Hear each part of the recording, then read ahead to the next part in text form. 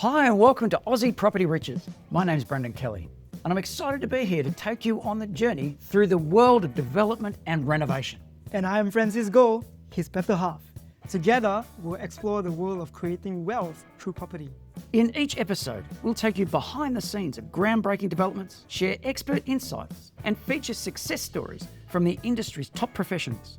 So whether you are a seasoned developer or just curious about the industry, we've got something for everyone. So join us and tune in to Aussie Property Riches. Let's get going!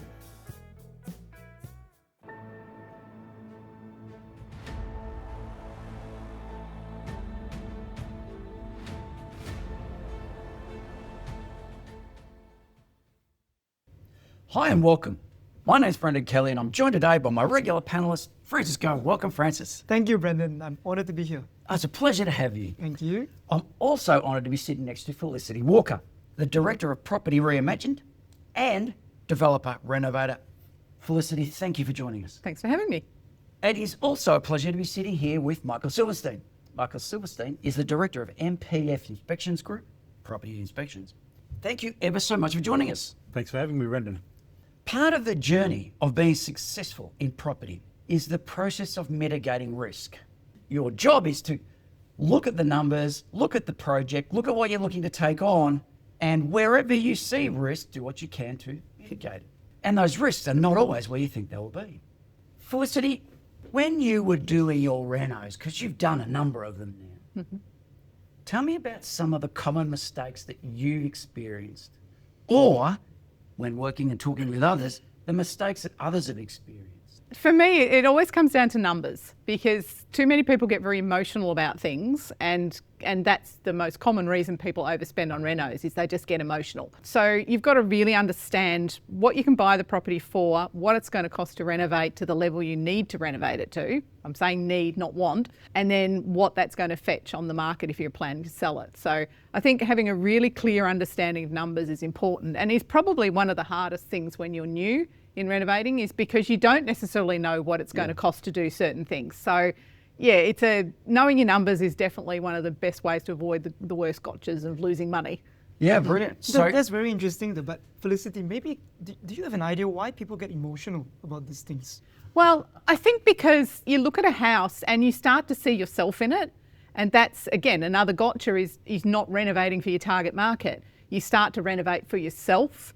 And once you do that, you do get emotionally involved because you think, oh, I'd really love this colour. But if that's not the colour your target market's going to want, then you're shooting yourself in the foot. Yeah, and I think it has also got to do with they get emotional because they really want this project to turn out looking luxury or luxe, but it's not really befitting of the market that they're playing in. Well, that goes to Felicity's conversation around need, not want. Yes. The idea of I walk in, wouldn't it be great if this house looked like this? I've got a picture in my mind of what the ideal is, what I really want it to be, and then your bank balance is saying you can't afford to be emotionally engaged in the vision, and you've got a scenario where you get angel and devil on your shoulder, and you make a decision somewhere in the middle, and it risks profit. Yeah.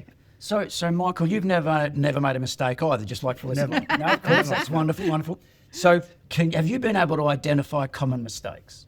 I always find the common mistakes is, again, same thing as what Felicity says, you run out of money. So I work backwards. I take the amount of money I have and I work basically on the same level that Felicity does of what I must do, what I want to do and what I'd like to do. But then I also look at the project I'm building.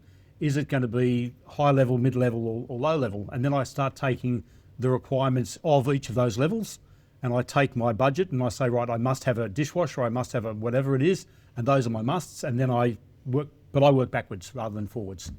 I think budgets are everything. If you have an end sale value that you understand and you know what you bought it for, knowing all the costs in the middle is imperative to know how much is left over that you potentially get to keep. And if you've got the perspective and then you go, oh, if I just spend this, you know that just spend has cost you just a little bit out of your pocket. And then the more you adopt that, the more you see the consequence of the decisions you make. But Brendan, I think everybody makes those mistakes the first renovation they do because we all want to build the perfect project. Yeah. And so you make the mistakes and then you work out that 10 grand I spent on whatever it was cost me a fortune at the end of the day. So the second project I do, well, that 10 grand is going to stay back in my pocket and not go out to sticking it in the ground because I wanted to put extra footings in, whatever it might be. So this speaks to, in my mind, the idea of knowing your numbers, knowing your budget, and having a plan. If you have a sell price and you have a buy price, and you're very clear on what it's going to sell for. So if you're buying a $200,000 house, let's say, and it's a 3-bedroom one in the regional areas. Yeah. All right, look, let's flip the numbers out. An $800,000 house, let's say, yeah, a little more realistic. We're looking in that very same market at what renovated houses are selling for. Of a similar layout, similar land size, similar number of bedrooms and bathrooms. If you can get a differential between buying and selling of about 33%, then you have a limited budget to work to, which works out around 10% of the buy price. Now, if you're doing your exploration and you're new to it, those sorts of parameters make a huge difference in the ability to understand what people are looking for. But I hear you absolutely. As you evolve, the artistry in doing renovation starts to play out, and you get a really basic and solid understanding of the way the numbers work in a deal. Michael, in your experience in the work that you've done in property, you would have seen the artistry start to take over a little bit based on the volumes of projects you've done. Oh, yes and no. Well, I like to talk to people who know more about all sorts of things than I do. So I've got a group of people I work with, an architect friend of mine, a designer friend of mine, and I use these people to give me some ideas. They've got the creative talents, and all together we can work things out. We've talked about some of the risks now, and we've exposed in our conversation a number of them. Getting the target market wrong, not understanding the numbers before getting in, going over budget in our spend, an emotional engagement, not sticking to a time budget and letting time slip out. Are these risks mitigatable? Are we able to mitigate them fairly easily? Felicity? Yeah, you are. And I think a lot of it's just educating yourself. There's lots of information out there that you can access free or even just cheaply. And that will give you such a better grounding for going into a renovation first time around. Don't just leap in feet first and, I know the old saying of, leap in the deep end and swim as fast as you can. I don't actually think that's a sensible way to approach it.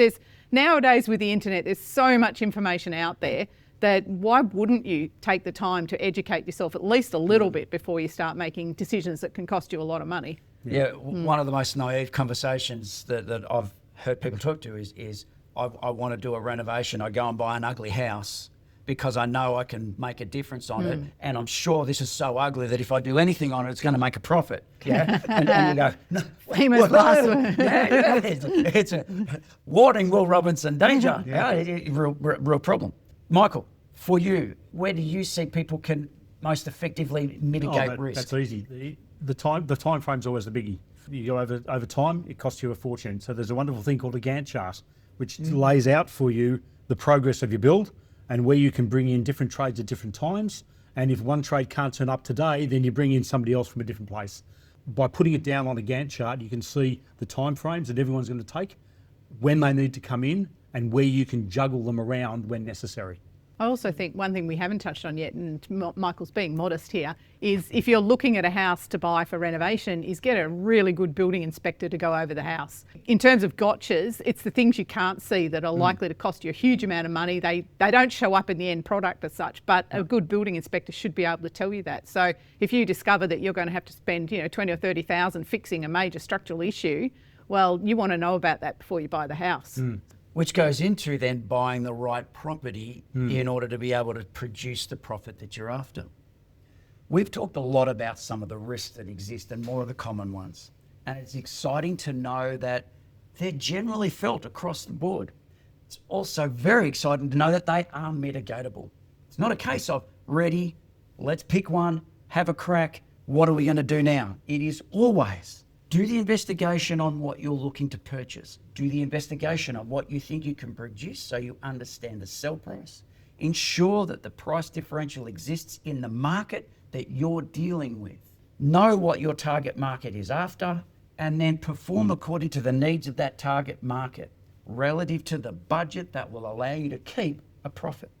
Up next, we're going to get into property inspections and some of the things that property inspections expose that allow us to mitigate these risks. Achieving financial freedom through property investing takes more than just luck. It takes experience, knowledge, and access to a powerful property investor network. Join Australia's fastest growing real estate success community for expert insights on the latest property market trends, live workshops, and a network of like-minded investors, all designed to help you succeed. And the best part? It's completely free. Join now at realestatesuccess.community or search Real Estate Success on the App Store or Google Play to download the app free.